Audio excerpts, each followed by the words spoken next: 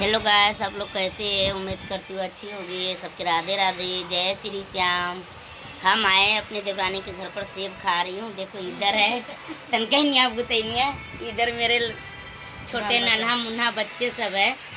एगो इधर है नागिन, खा रहे सेब, हम भी खा रहे हैं। जिसको सेब खाना होगा वो आके खा लीजिए। फल फूल आम भी रखे हुए हैं, पपीता भी है, खा रही है। यही है। आप लोग के कैसे लगते हैं वीडियो कमेंट करके बताना दोस्तों। और आप लोग कैसे हैं? हम सेब खा रहे हैं, जिसको सेब खाना है वो आके खा लीजिए या कमेंट करके बताना। पागल पागल है मेरी देवरानी, देख रहे हैं?